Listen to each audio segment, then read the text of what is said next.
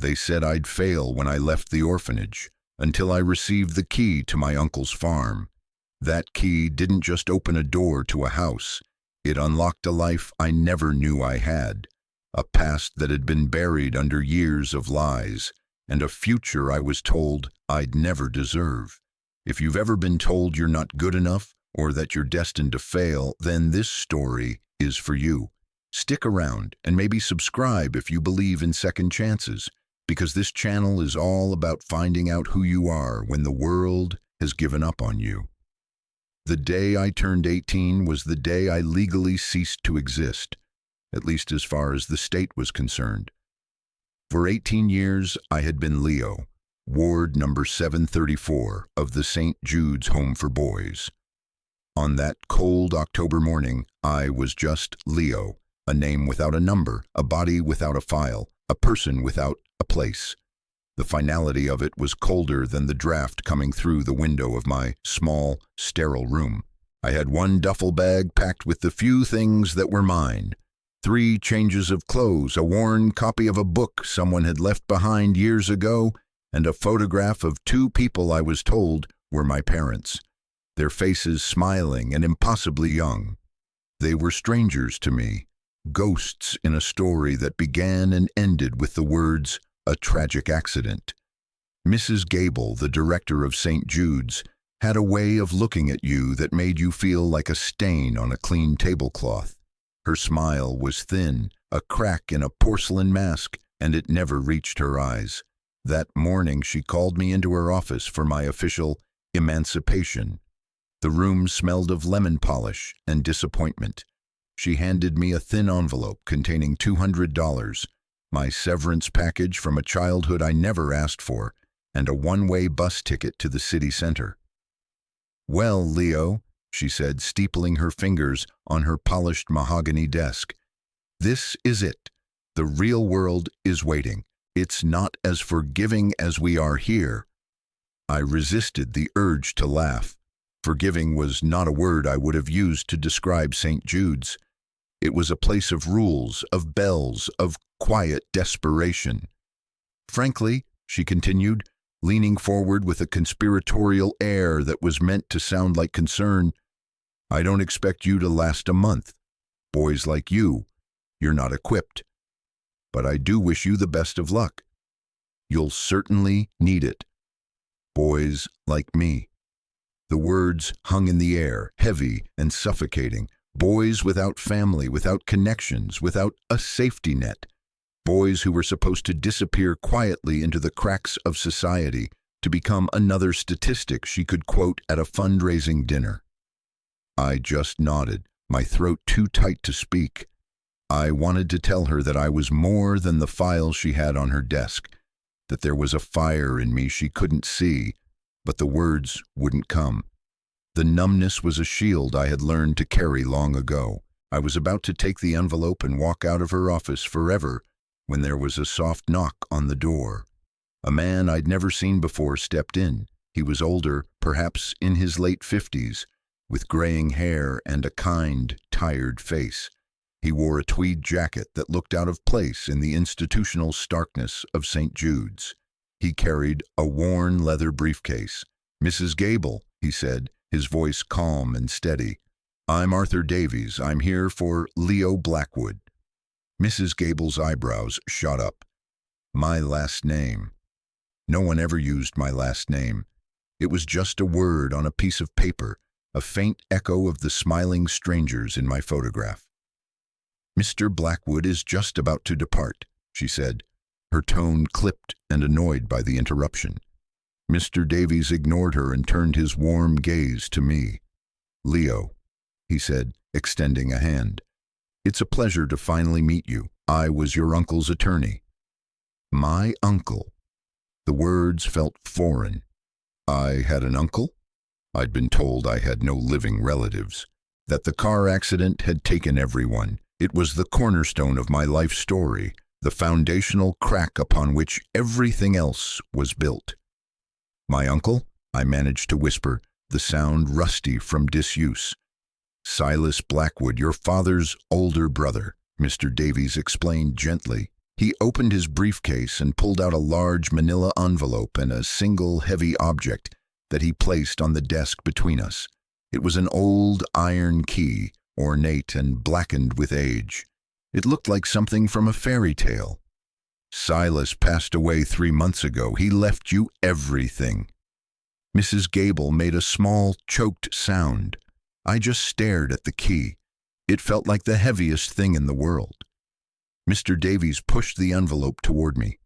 My hands were shaking as I opened it. Inside was a deed, the paper thick and official, with my name printed in clean block letters, Leo Blackwood, and beneath it the address, Blackwood Creek Farm, Willow Creek County. There was also a small stack of cash, $500, and a handwritten note from the lawyer. "Your uncle was a very specific man, Leo," Mr. Davies said, his eyes full of a sympathy that felt both comforting and terrifying. "He left the farm to you, but he also left instructions. He said the key and the deed were all I was to give you directly. He said, the boy must find the rest himself. It's all there if he has the courage to look." I looked from the key to the lawyer, then to Mrs. Gable. Her face was a mask of disbelief, the thin smile completely gone, replaced by a slack-jawed confusion. For the first time in my life, I saw a crack in her perfect, polished control. In that moment, something inside me shifted. The numbness began to recede, replaced by a tiny, flickering flame of something. It wasn't hope, not yet. It was just a question, a possibility. Maybe, just maybe, Mrs. Gable was wrong about me. Maybe my story wasn't over. Maybe it was just beginning. Holding that iron key, I felt a weight in my hand that was more than just metal. It was the weight of a past I never knew and a future I couldn't imagine.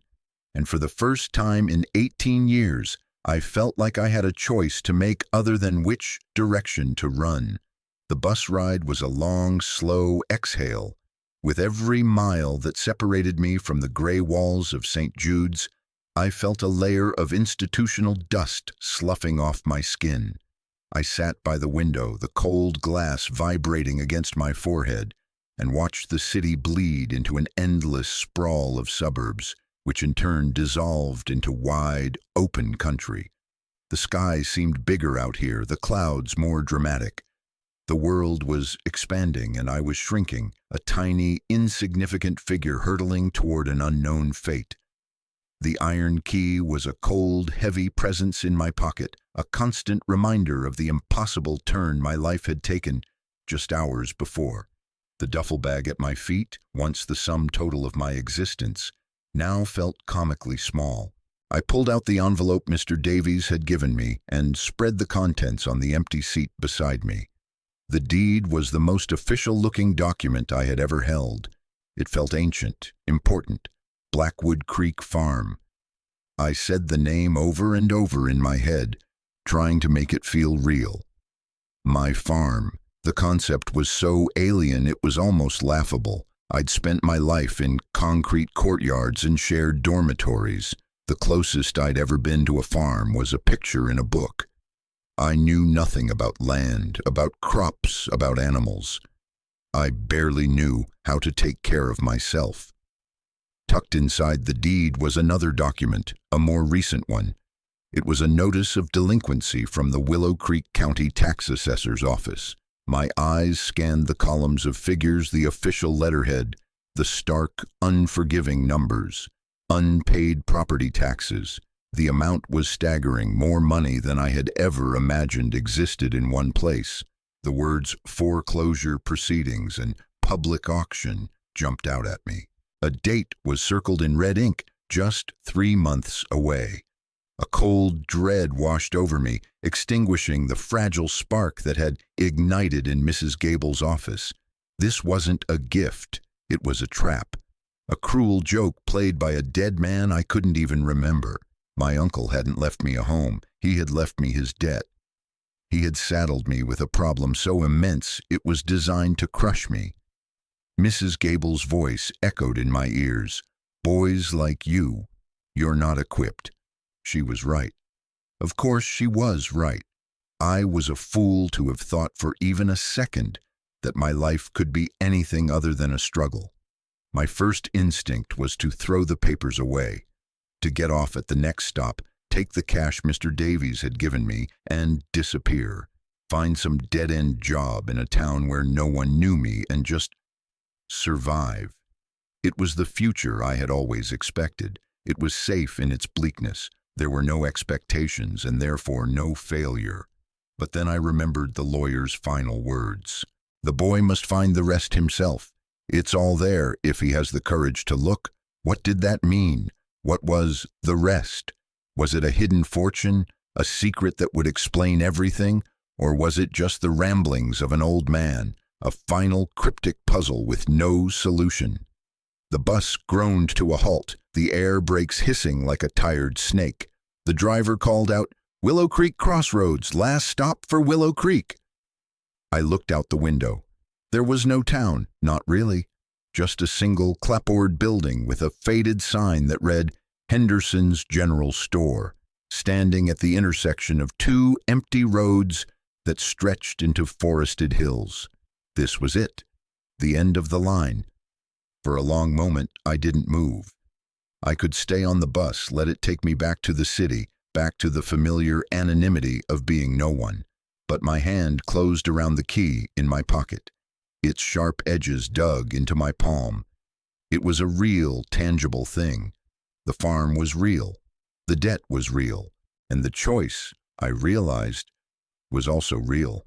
With a deep breath that felt like plunging into icy water, I grabbed my duffel bag and the envelope and walked down the steps of the bus. The door closed behind me with a pneumatic sigh and the bus pulled away, leaving me alone in a cloud of diesel fumes and swirling dust. The silence that descended was absolute, broken only by the rustling of leaves in the wind and the distant caw of a crow. The air smelled of damp earth, pine needles, and rain. It was the smell of a world I had never known. I was terrified, but as I stood there, at the crossroads of my past and my future, I knew I had to see it through. I had to look. I had to have the courage to find whatever my uncle had left for me, even if it was just a ruin and a mountain of debt. My whole life, others had written my story. For the first time, I felt the urge to pick up the pen myself. I pushed open the door to Henderson's General Store. A small bell chimed overhead, announcing my arrival. The inside was a cluttered wonderland of canned goods, hardware, fishing tackle, and dusty antiques.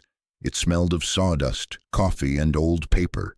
Behind the counter stood a man who looked as old and weathered as the store itself. He had a kind, creased face and startlingly blue eyes that seemed to take in everything at once. He watched me approach, his expression neutral but curious. "Help you, son?" he asked, his voice a low, gravelly rumble. "I'm looking for Blackwood Creek Farm," I said, my own voice sounding thin and uncertain. "I was told it was near here." The man's eyebrows rose slightly.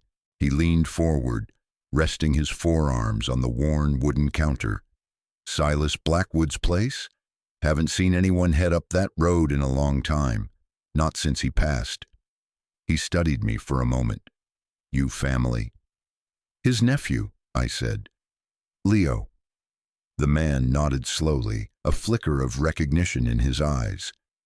"Henderson. Folks call me Hank." He pointed a thumb toward the door. "The farm's about 3 miles up the old logging road. It's a steep walk. Road's not been maintained. You sure you're prepared?" I glanced down at my thin jacket and worn-out sneakers. I wasn't prepared for anything, but I wasn't about to admit it. "I'll manage." Hank held my gaze for another long moment, then seemed to reach a decision. He reached under the counter and pulled out a heavy-duty flashlight and a bottle of water. "Here," he said, pushing them toward me. "Take these, no charge. Pay me back when you get settled." It was a simple gesture, but it felt monumental. It was the first act of unsolicited kindness I had received from a stranger in my entire life. "Thank you," I said, my voice thick with an emotion I couldn't name. "Don't mention it," he grunted. Silas was a good man, kept to himself, but he was solid. He deserves to have his place looked after. The walk was harder than I'd imagined. The road was more of a suggestion, a path carved out of the forest that was slowly being reclaimed by nature. The pavement was cracked and riddled with potholes, and in many places it gave way entirely to gravel and mud.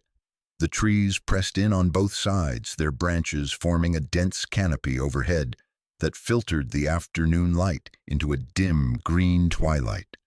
The air grew colder as I climbed, and the silence deepened, broken only by the crunch of my footsteps and the sound of my own ragged breathing.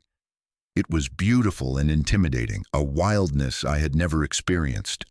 After what felt like an eternity, the road opened up into a clearing, and there it was, Blackwood Creek Farm.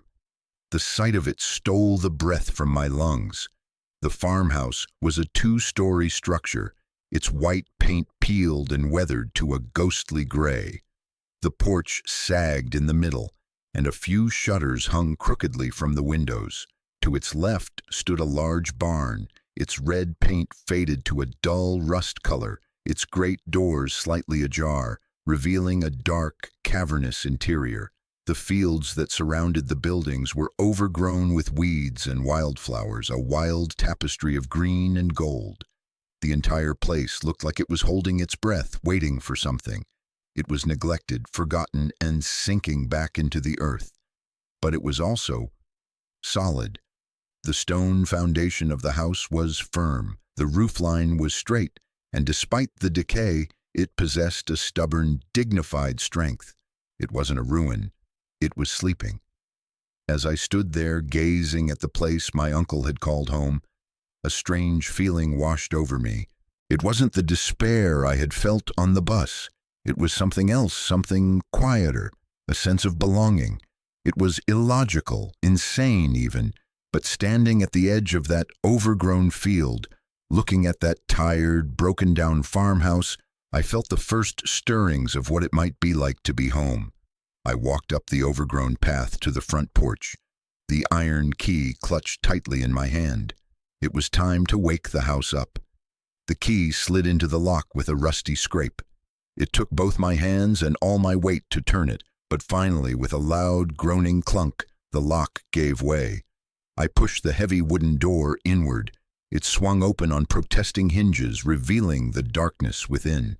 A wave of cool, stale air washed over me, carrying the scent of dust, decaying wood, and time itself. It was the smell of a place that had been sealed up with its memories still inside. I stepped across the threshold, my footsteps echoing in the sudden, profound silence. Sunlight struggled to pierce the grime-covered windows, cutting dusty shafts through the gloom. Everything was draped in white cloths, transforming the furniture into an army of silent, lumpy ghosts. I pulled the sheet off a nearby armchair. A cloud of dust billowed into the air, dancing in the pale light. The chair beneath was old but well made, its floral pattern faded but intact. I moved slowly, cautiously, as if exploring a tomb. The ground floor consisted of a large living room dominated by a massive stone fireplace, its hearth cold and black. A small, functional kitchen was at the back, with simple wooden cabinets and a thick layer of dust on every surface. A narrow staircase led upwards. My hand trailed along the smooth, worn wood of the banister as I climbed. Upstairs there were two bedrooms. One was small and empty, save for a simple bed frame. The other was clearly my uncle's. This room felt different. It was where he had lived, where he had slept, where he had died. A large, sturdy bed stood against one wall, also covered in a sheet. Against the opposite wall was a heavy oak desk, its surface clear except for a single tarnished oil lamp. This was the heart of the house. I could feel it. This was where I would find whatever it was I was supposed to be looking for. I began my search methodically, trying to be systematic, to fight the rising tide of panic that threatened to overwhelm me. I started with the desk. I pulled open the drawers one by one. They were filled with the mundane artifacts of a life lived in solitude. Old bills stamped paid, receipts for tractor parts and bags of seed, stacks of farming almanacs, their pages filled with notations about rainfall and frost dates. There was nothing personal, nothing that spoke of a hidden secret or a buried treasure. It was just the detritus of a quiet, lonely life. I searched the closet next. It was filled with flannel shirts and denim overalls, all smelling faintly of earth and motor oil. On the top shelf was a small cardboard box filled with old photographs, all black and white. I saw pictures of the farm in what must have been its prime, the fields neat and cultivated, the barn freshly painted. I saw a younger version of my uncle, tall and strong, leaning on a fence post, a rare smile on his face. And then I saw a photo that made my heart stop. It was of two men, brothers, their arms slung around each other's shoulders, squinting in the sun. One was my Uncle Silas. The other had the same eyes, the same smile as the man in the photograph I carried in my duffel bag, my father. They looked so happy, so carefree. A wave of grief, sharp and unexpected, washed over me. I sank to the floor, the photo clutched in my hand. Hopelessness was a familiar companion, and it settled over me like a heavy blanket. This was a fool's errand. I was chasing a ghost story, a cryptic message from a dead man. There was nothing here for me but debt and painful memories. I was in over my head, just like Mrs. Gable had said. I should have stayed on that bus. I buried my face in my hands, the dust and the silence of the house pressing in on me. As I sat there, defeated, my hand brushed against the floorboards beneath the desk. One of them felt loose. It shifted slightly under my weight. My breath caught in my throat. I crawled over and ran my fingers along the edges of the board. There was a small notch cut into one side. Using my fingernails, I pried at it. It was stiff, but it moved. Slowly, I lifted the floorboard, revealing a dark rectangular cavity in the floor beneath. And nestled inside that hollow space was a small green metal box, the kind soldiers used to carry their personal effects. It wasn't locked. My heart was pounding against my ribs, a frantic, desperate drumbeat. With trembling hands, I reached into the darkness and lifted the box into the light. Lifting the lid of the green metal box felt like opening a door to another world. The air that escaped was dry and smelled of old paper and ink. Inside, my eyes fell upon a thick stack of envelopes, yellowed with age, all bound together with a piece of simple twine.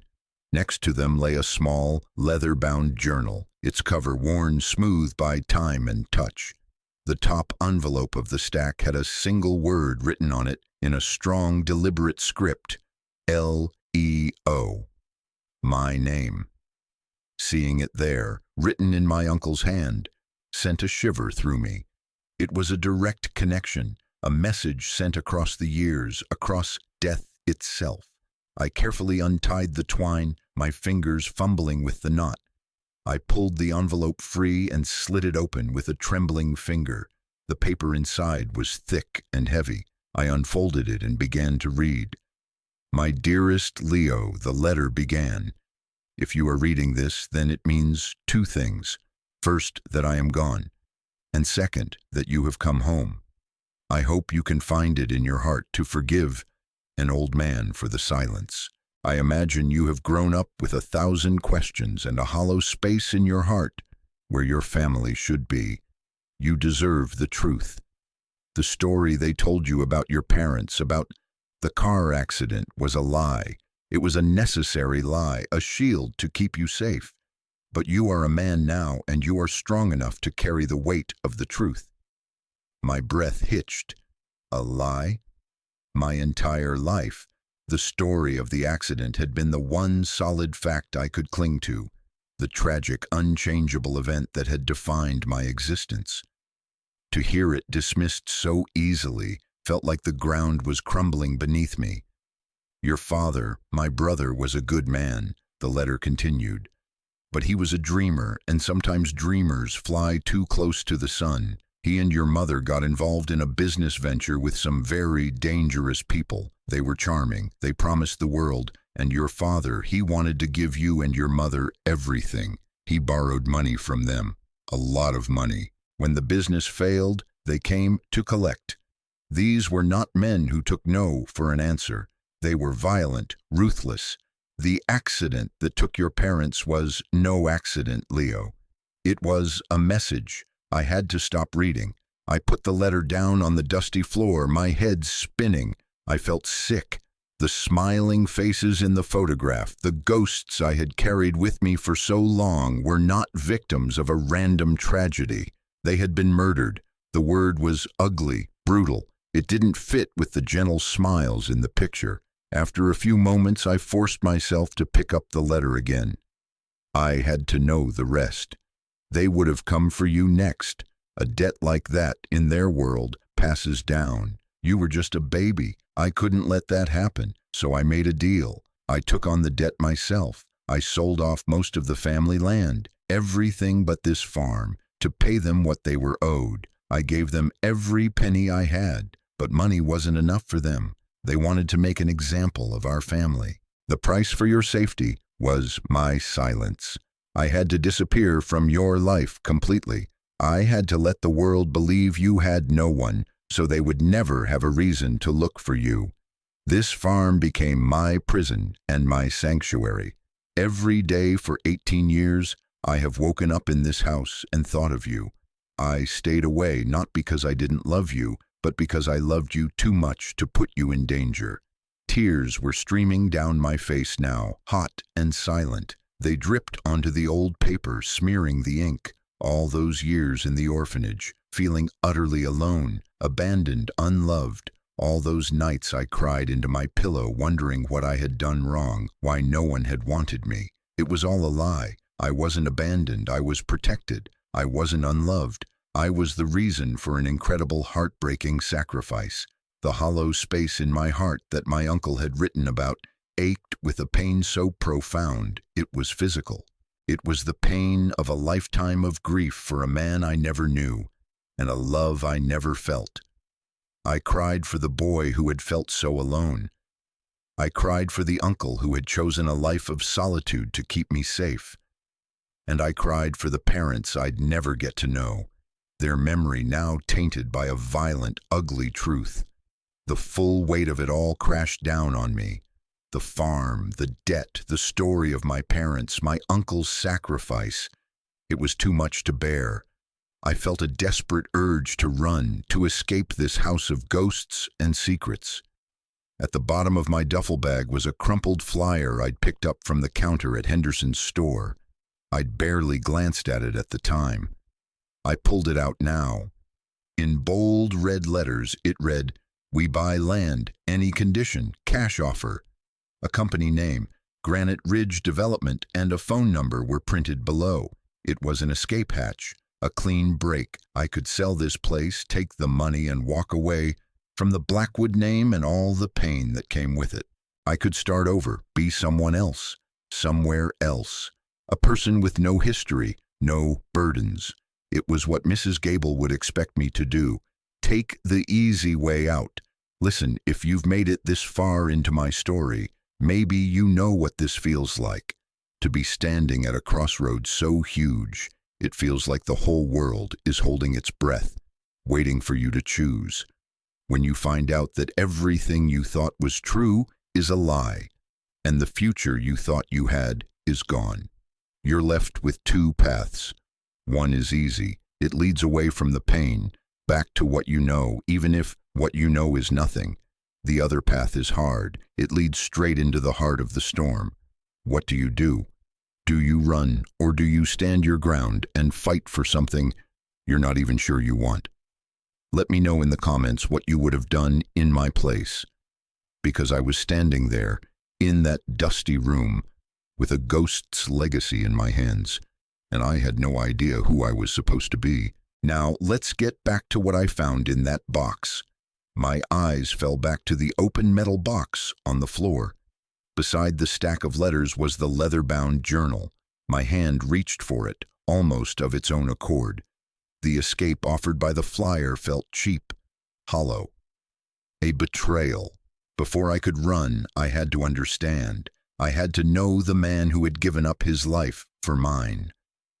I opened the journal. The first page was dated the day after he had sent me to St. Jude's. The journal was not a record of events, but a conversation with a ghost. With me. For 18 years, my uncle had written to me in those pages.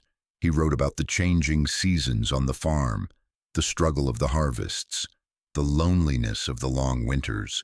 He described the satisfaction of fixing a broken fence, the beauty of a sunrise over the misty fields, the quiet companionship of the animals. He filled the pages with the wisdom of the land, things he should have been teaching me in person.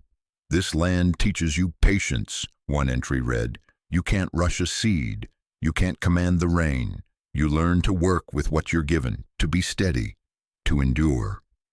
Woven between the entries about the farm were his memories of my father, stories of their childhood, of the mischievous, bright-eyed boy who grew into a man who dreamed too big. He wrote with a love that was fierce and a grief that was still raw, and on every page there was a message for me. "I hope you're strong, Leo. I hope you're kind. I hope you haven't let them harden your heart." Reading his words, I felt his presence in the room, a warm, steadying force. I wasn't reading a journal. I was finally meeting my uncle. Towards the back of the journal, the tone shifted. The entries became more practical. There were hand-drawn maps of the property, with certain trees and rocks circled. There were notes about the well, the soil composition, the best places to plant certain crops. And then there were the financial records. He had lived a frugal life, saving every spare dollar. But his notes revealed a series of devastating setbacks. A drought one year that ruined his crops, a bout of pneumonia the next winter that resulted in huge medical bills. That was when the property taxes had started to fall behind. He wasn't neglectful, he was just overwhelmed. He had been fighting to save the farm for me. The final entry was dated just a week before he died. His handwriting was shaky, but the words were clear. "The vultures are circling," he wrote. "The development companies want this land. They see the debt and they smell blood. They'll try to cheat you, Leo. Don't let them. This land is your birthright. It's more than just dirt and rock. It's your anchor. It's the one thing they can't take from you, as long as you're willing to fight for it. Everything you need is here. Don't sell your history. Don't sell your home." As I read those last words, I heard the sound of a car engine coming up the long, winding road. It was a sound so out of place in the profound silence that it felt like an intrusion, a violation. I looked out the dusty window and saw a sleek black sedan pull to a stop in front of the house. A man in a crisp, expensive suit got out. He looked around at the overgrown fields and the sagging porch with a look of predatory assessment. He walked up to the front door and knocked. I recognized the logo on his business card holder before he even pulled it out. Granite Ridge Development. The vultures had arrived. I met him on the porch. He was slick and polished with a smile that was all teeth. "Mr. Blackwood?" he asked, his voice smooth as oil. "My name is Thorne. I'm with Granite Ridge Development. I was sorry to hear about your uncle." His sympathy was as fake as his smile. "We're very interested in this property. We're planning a beautiful new community in this valley." He launched into his pitch, talking about progress and opportunity, but his eyes kept scanning the peeling paint and the sagging barn, cataloging the decay. He was undressing the farm with his gaze, seeing only its flaws, its monetary value. Finally, he got to the point. "Look, the place is in rough shape," he said, dropping the pretense of politeness. "And I happen to know there's a significant tax lien on the property. We're prepared to make you a cash offer right now that would take care of all that and leave you with a substantial amount to start a new life. You could walk away from this headache free and clear." He named a number. It was a lot of money, more than I could really comprehend. It was the easy way out, served up on a silver platter. I thought of Mrs. Gable. I thought of the bus ride away from everything I knew. I thought of the crushing weight of the tax bill. Then I thought of my uncle, alone in this house for 18 years, writing to a nephew he couldn't see, protecting a home he hoped I would one day find. I looked at Thorne, at his expensive suit and his soulless smile, and I saw the kind of man who had destroyed my parents, the kind of man who saw land not as a home, but as a commodity. My uncle's words echoed in my mind. "Don't let the vultures take it. This land is your anchor." I looked Thorne straight in the eye. "The farm is not for sale," I said. My voice didn't shake. It was calm, clear, and steady. For the first time in my life, it sounded like my own. Thorne's smile vanished. "You're making a big mistake, kid," he said, his voice turning hard. "That offer is more than generous. The bank won't wait forever for those taxes. When they foreclose, you'll walk away with nothing."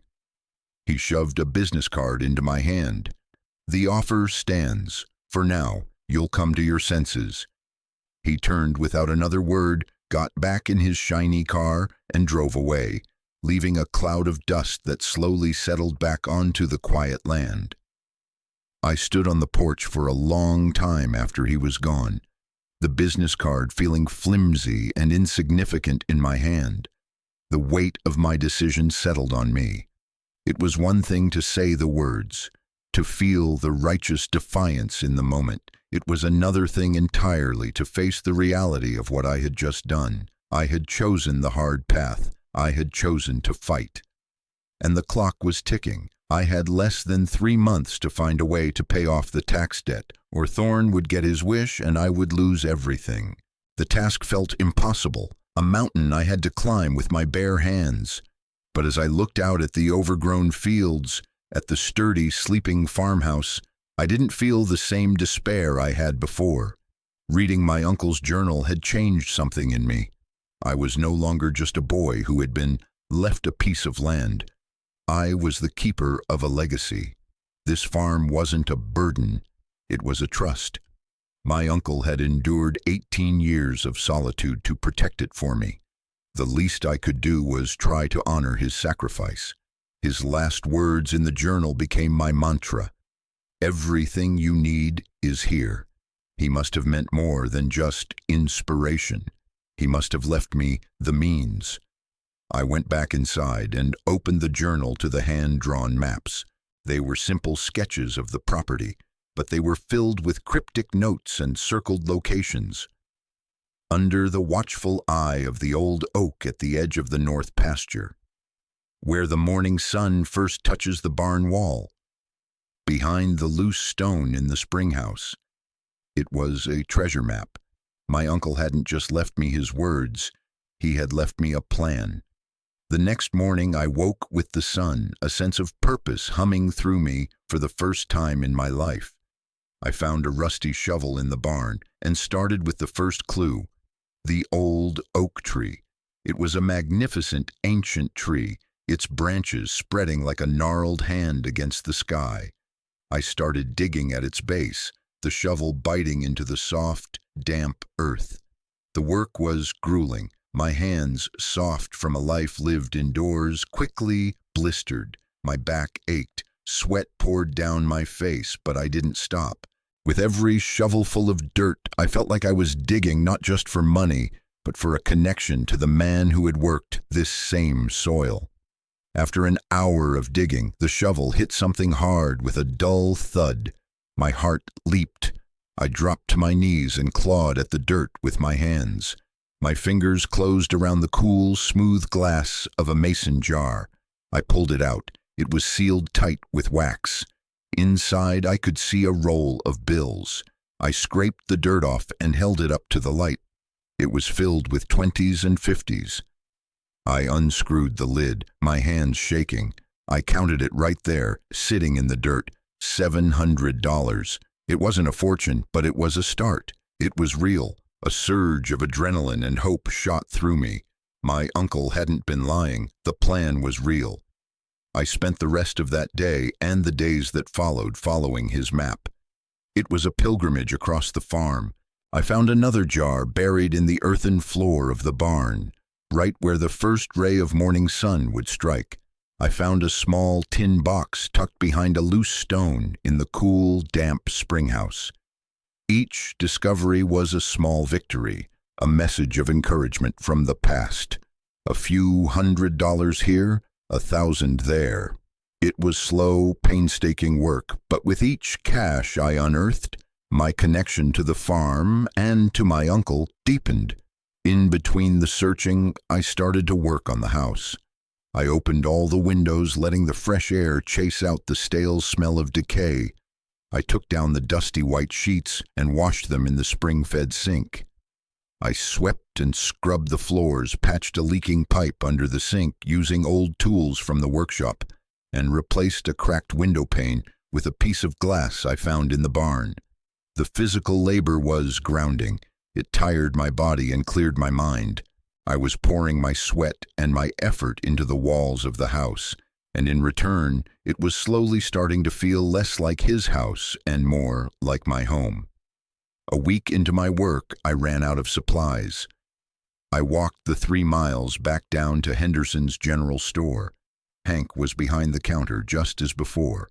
He looked me over, taking in my dirt-stained clothes and the new calluses on my hands. A slow smile spread across his face. "Looks like the country's either agreeing with you or killing you," he said, his blue eyes twinkling. "A little of both," I admitted, and for the first time I smiled back. I bought what I needed, and as I was paying, I asked him if he knew anyone who knew about old tractors. "The one in my uncle's barn looks like it hasn't run in a decade," I said. Hank nodded. "That old Massey Ferguson. Silas was always tinkering with it. I know a thing or two. Tell you what, I'll close up shop a little early this evening and come on up, see if we can't bring the old girl back to life." True to his word, Hank showed up just as the sun was beginning to set, bathing the valley in a warm, golden light. We spent the next 2 hours in the barn, our hands covered in grease, working on the tractor's engine. He showed me how to clean the spark plugs, check the fuel line, and charge the battery. He spoke of my uncle as we worked, sharing small stories. He told me how Silas would come into the store once a week, quiet and reserved, but always asked about how other folks in the valley were doing. He was a part of the community, even in his isolation. Finally, Hank wiped his hands on a rag and said, "All right, give her a try." I climbed into the rusted metal seat, took a deep breath, and turned the key. The engine sputtered, coughed a cloud of black smoke, and then, with a deafening roar, it shuddered to life. The whole barn seemed to vibrate with the power of it. I looked at Hank, a wide, incredulous grin spreading across my face. He just winked. In that moment, surrounded by the smell of gasoline and the roar of a resurrected engine, I didn't feel like an orphan or a ward of the state. I felt like a farmer. I felt like Silas Blackwood's nephew. The impossible was starting to feel possible. The weeks turned into 2 months. I fell into a rhythm dictated by the sun and the needs of the farm. I worked from dawn until dusk, searching, cleaning, repairing. The scattered caches of money grew into a substantial sum, carefully counted and recounted each night at the oak desk in my uncle's room. I was getting close, so close to the amount needed to pay off the tax debt. But as the deadline loomed, just 1 week away, I came up short. I had exhausted every location on my uncle's map, and I was still several $1,000s shy of the total. A cold knot of fear tightened in my stomach. I had come so far, worked so hard. To fail now when I was so close felt crueler than never having had a chance at all. The thought of Thorne and his smug smile, of his bulldozers tearing down the barn and plowing over the fields was a physical pain. I spent a whole day in a desperate, frantic search, re-digging old spots, tearing up other floorboards, looking for any clue I might have missed. I found nothing. That night, exhausted and defeated, I sat at the desk and pulled out the first letter my uncle had written me, the one that had revealed the truth. I read it again, searching for some hidden meaning, some final piece of guidance. My eyes scanned the familiar words, and then I saw it. A postscript tucked away at the very bottom of the last page, in handwriting so small I had missed it every other time. P.S. Remember, son, the real foundation of a place isn't in the house or in the ground. It's in the work that's done there. I left my heart in the heart of the workshop. The workshop. It was a small, dilapidated shed behind the barn, filled with old tools, scrap metal, and sawdust. I had scavenged it for supplies, but I hadn't thought to search it for a hiding place. A new surge of hope, fragile but fierce, propelled me out of my chair. I grabbed the heavy flashlight Hank had given me and ran out into the cool, dark night. The workshop was cold and smelled of rust and oil. I searched everywhere, my flashlight beam cutting through the darkness, illuminating cobwebs and shadows. I checked under the workbench, inside old paint cans, behind stacks of lumber. Nothing. It was just an old, forgotten shed. My hope began to wither. I was ready to give up, to admit defeat, when my light fell upon the old forge in the corner. It was made of fieldstone, its surface black with soot. It was the heart of the workshop, the place where metal was heated, softened, and hammered into something new, something strong. My uncle's words echoed in my mind. The heart of the workshop. I ran my hands over the cool, rough stones of the hearth. One of them, near the bottom, felt different. It was slightly loose, shifting under the pressure of my fingers. My heart began to pound. I wedged my fingertips into the crack around the stone and pulled. It was heavy, but it moved. With a final, desperate tug, the stone came free, revealing a dark, hollow space behind it. And inside that space was another metal box, larger and heavier than the first one. My hands were trembling so badly I could barely lift it. I carried it back to the house and set it on the kitchen table. This one was locked, but wedged into the handle was a small, flat key. It felt like my uncle had anticipated every step of my journey. I inserted the key, turned it, and lifted the lid. Inside, nestled on a bed of old cotton cloth, were neat stacks of $100 bills. It was a huge amount of money, far more than I still needed. And beneath the money, there was one last letter. This one was different from the others. It wasn't about the past, or the debt, or the farm. It was about the future. It was about me. Leo, it began. If you have found this, then you have done it. You have saved our home. I knew you had it in you. I knew you had the Blackwood strength. But the fight isn't over. The hardest work is yet to come. Not on the land, but inside yourself. There is probably a lot of anger in your heart. Anger at your parents for their mistakes. Anger at me for my silence. Anger at the world for the hand you were dealt. You have a right to that anger, but you cannot let it be the foundation you build your life on. Forgiveness, son, that's the hardest work of all. Forgive them. Forgive me. And most importantly, forgive yourself for any bitterness you might feel. You deserve peace. Home isn't a place you're given, Leo. It's a place you build day by day, choice by choice. You build it with your hands, with your sweat, and with your heart. This farm gave me a place to hide. I hope it gives you a place to grow. Now, get to work. The next morning I called Mr. Davies. I told him I had the money. There was a moment of stunned silence on the other end of the line, followed by a low chuckle. Your uncle was a remarkable man, Leo, he said. I'll meet you at the county courthouse tomorrow at 10. Walking into that courthouse felt like walking into another world. It was formal and intimidating, a place of rules and systems, that had controlled my entire life. But this time was different. I wasn't a ward of the state. I wasn't a statistic. I was a landowner. Mr. Davies guided me to the tax assessor's office. I walked up to the counter and presented the cashier with the foreclosure notice and the stacks of cash my uncle had left me. The woman counted the money methodically, her machine whirring and clicking. Finally, she took a heavy rubber stamp, inked it, and slammed it down on the deed. The sound echoed in the quiet room. In big, red letters, it now said, "Paid in full." She slid the papers back to me.